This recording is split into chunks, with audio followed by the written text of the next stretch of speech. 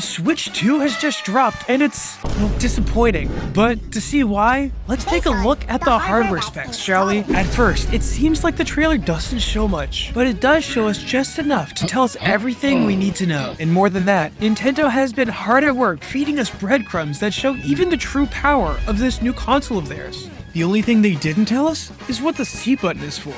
Water Buffalo. The Switch 2 features a larger 8.4-inch 1080p LCD screen, larger joysticks that actually fit human hands, and it's fully backwards compatible. It really feels like this was the Switch Nintendo wanted to make all the way back then. Tomorrow is finally here. There's some seriously cool tech in these, like Hall effect triggers that will actually last, magnetic Joy-Cons so the rails can't break like on the Switch 1, and the new IR sensors that are built inside the controller this time. Mouse mode confirmed, everyone? Even the stand is improved again here, so everything seems better, right? Wrong. You might think I'm probably going to talk about the LCD screen, right? You're literally screaming at the screen. Oh no! We're going back to LCD again? What is this, the Stone Ages? However, that's not the real problem. This console is primarily designed for children who don't really take care of their hardware, and it would merely create a support ticket nightmare for them. To understand where Nintendo went wrong, we need to look elsewhere. If we turn our attention to the end of the trailer, we catch a glimpse of our first ever Switch 2 exclusive game, a new Super Mario Kart. Our first look at this new Yoshi track reveals the critical flaw we talked about earlier. The only noticeable difference between this track and the one from Mario Kart 8 Deluxe is that this one looks noticeably larger. Maybe it's to accommodate the 25 players pictured on the screen, but with it only increasing dramatically in scope, the graphics remain largely unchanged. With specs that are more powerful than the PS4 Pro, with 12 gigabytes of RAM, 256 gigabytes of blisteringly fast memory, and a brand new NVIDIA SoC, we can begin to see that this entire endeavor was pretty much pointless. I mean, seriously, what do you really need 4K upscaling for? All that Nintendo really wants is for us to shill out at $450 USD for the new shiny Switch 2. But this preview of a new Mario Kart tells us basically everything we need to know. The Switch 1 is so perfectly fine and capable of running games that look just as good as the Switch 2. We don't even need this new hardware at all. It seems like Nintendo is giving up the one thing that truly made them special in the hearts of gamers everywhere: optimization. If Nintendo actually bothered to optimize this new game and force their studios like Game Freak to do the same, there's no reason why games like these couldn't run on the Switch 1. Tears of the Kingdom still looks better than this. Have you ever actually played a Nintendo game and thought, man, I wish I had 4K upscaling right now? No, of course you haven't, because people play Nintendo games to have fun. We're not one of those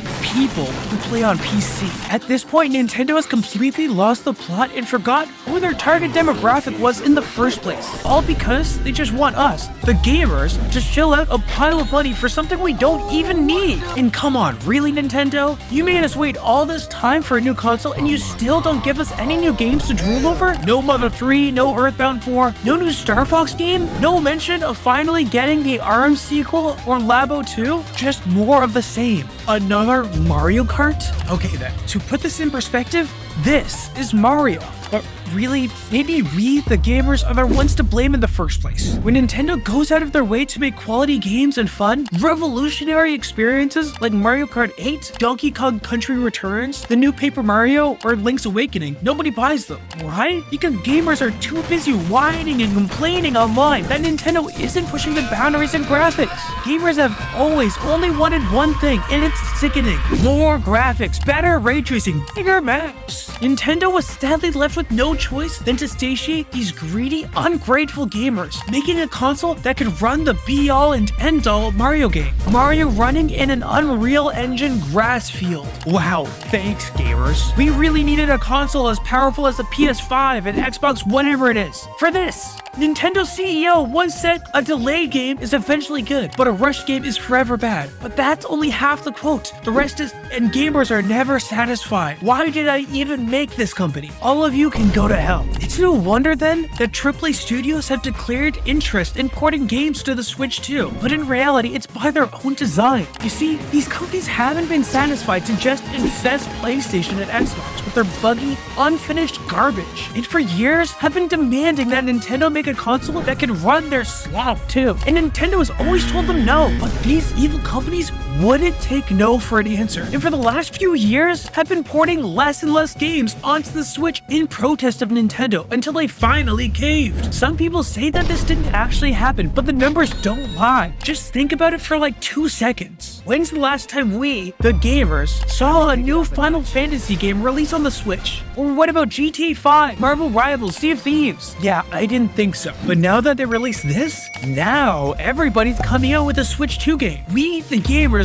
are tired of evil big game companies. Because these game companies have been emboldened with better hardware to unnecessarily make their games 16 times the detail, with ray tracing on for literally no reason, all while the gameplay suffers. Cyberpunk, Stalker 2, Dragon's Dogma 2, Baldur's Gate 3, City Skylines 2. Despite mixed reviews from critics and gamers alike, all of those games are objectively bad. And no matter how many units they shipped, they failed. Why? Because they were not optimized to operate on the hardware they ran on. Meanwhile, we, the gamers, were fed up with the lie that we just needed better hardware. No, we just want optimized games. Meanwhile, Nintendo was the last bastion in preserving the art of optimization, where each game they make is lovingly crafted with the hardware in mind to run as smoothly as possible. Games like ARMS are just straight up objectively better than junk like Cyberpunk, which can't even run on its hardware. All because Nintendo understands a simple little 9-letter word: